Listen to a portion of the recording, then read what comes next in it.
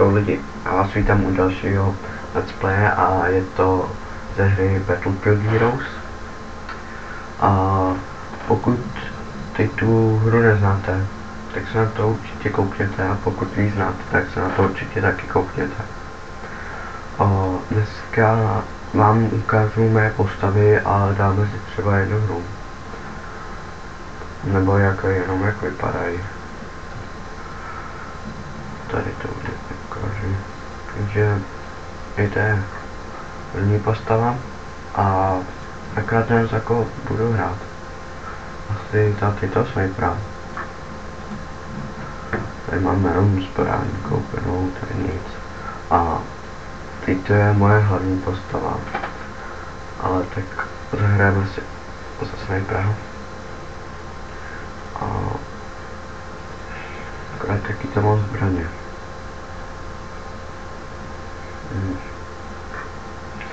Asi tohle. Jinak tyto zbraně jakoby luxusní, ale přesto na nic. Je tam jenom jeden náboj, ale já jsem si tam přidal ještě jeden. Takže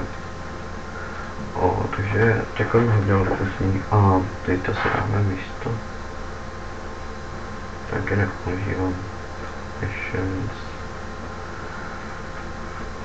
Tak ty vole, já mám tu zbraníku. No nevadí, to budeme někdy jindy. Že si dáme jako... Jak jsem udělal tohle. Na to zlatovém krajníčku. No, tak to je na nic. Se nebudu dávat. Takže můžeme jít hrát.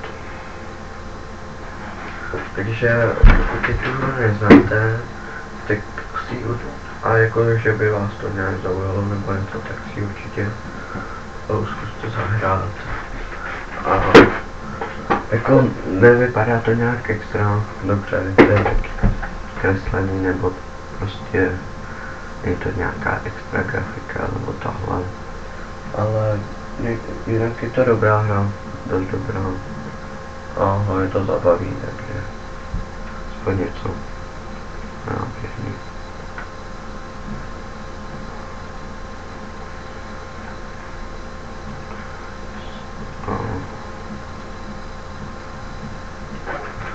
Tyhle, proč to nabíhá tak dlouho?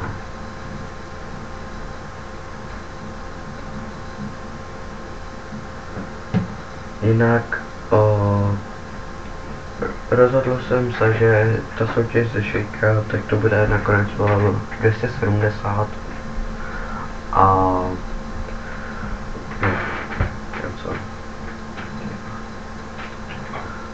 nevím, jestli jsem to nějak zmiňoval, ale bude to do 7. A to jsem asi už říkal.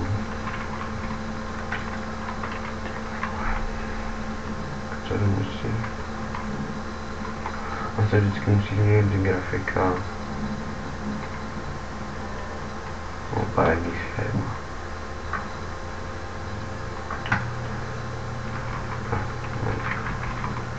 Tak. A jdeme je zabít všechny. Takže já dáme se jenom teď jednu hru a potom už to ukončíme. Akorát co se mohu dát, tak si mít zvuky, co? Takže se odpojím. Protože podle mě se mě moc určitě neslyšeli, takže to zvuky dám mimo. Moje řeknu. A teď udělám asi střih, než to naběhne. To zase bude nejspíš na dlouho. Takže čau.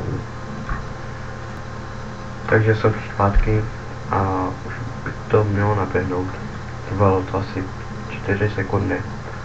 A nejspíš s tím natáčím, tak to trvá díl. A co bude? Já mám aspoň tady hraju.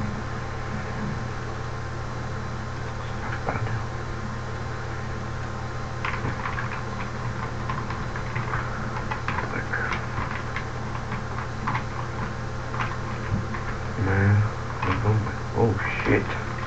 To je píčus.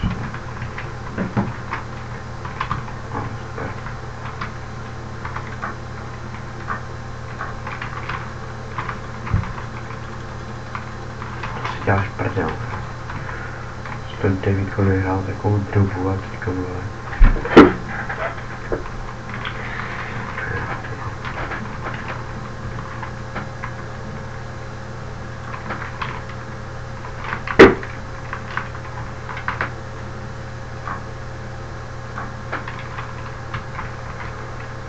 A jinak pokud byste si jakože ty hry chtěli koupit za nějakou sniperku, tak bych určitě doporučoval MK1 nebo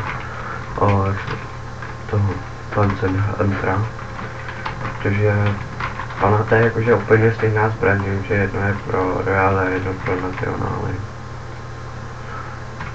Já mám Goldon jakože z prémiového shopu a stojí to stejně a je silnější.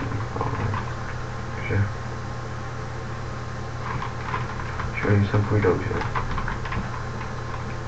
Sem půjde nějaký.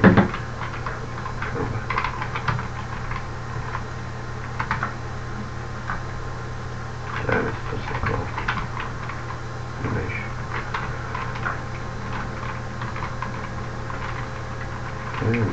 Jo, a dobrý je na ty zbraně ještě, že bere tankům. Tak jako no já na tanky seru.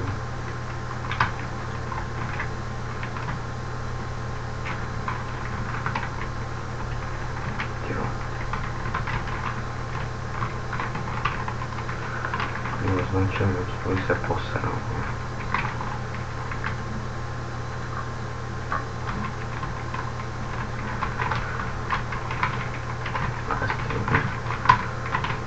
To dám. A kde ten zastavený sniper?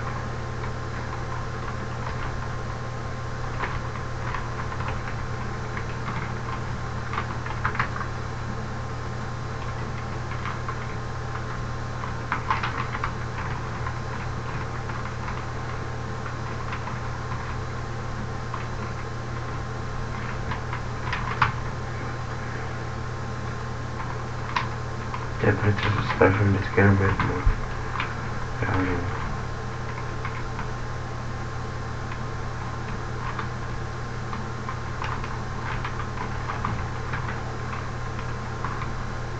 Je ten sráček tady běžel.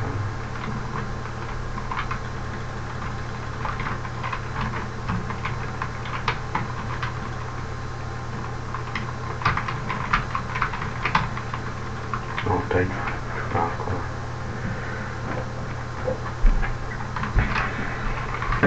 Já si musím rozehrát, jsem to zase dlouho nehrál teď druhou.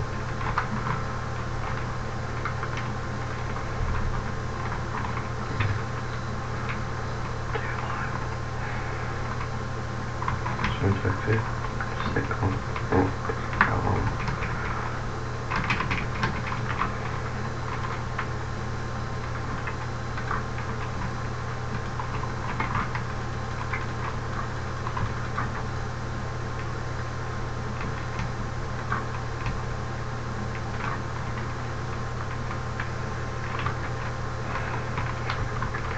Nechtěl.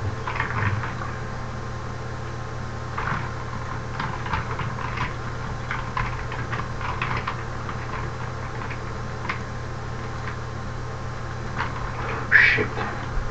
Ty pár neviděl. Pytle.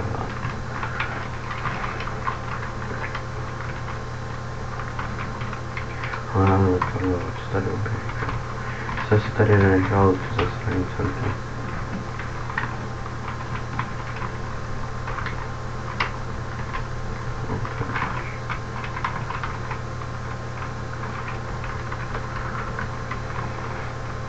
Já to snajpera to moc neovládám.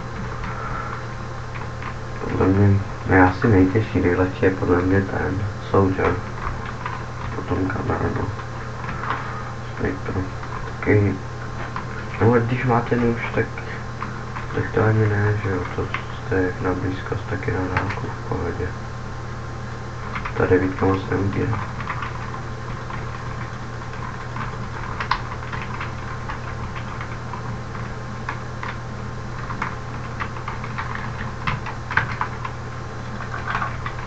Teď.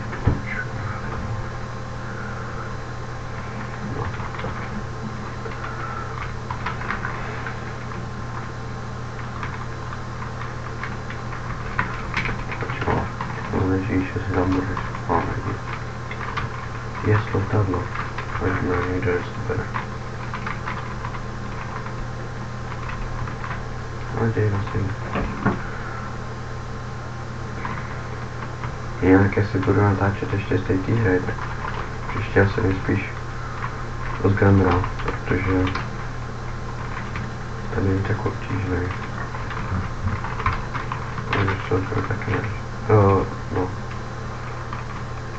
Samozřejmě, jaká je easy. Shit.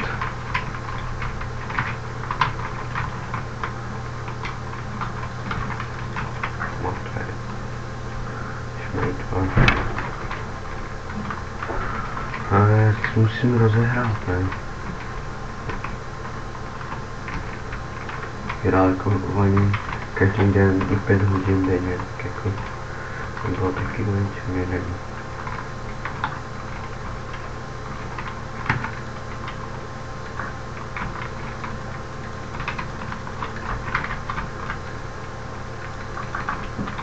Tak to si děláš kozy, ne? Nemohl sundat tam toho radši. No, takže to by bylo asi pro dnešek všechno. Si mějte. Čau. Píči, jo. Ty vole, naběhni, jo. Se nemění až prdel.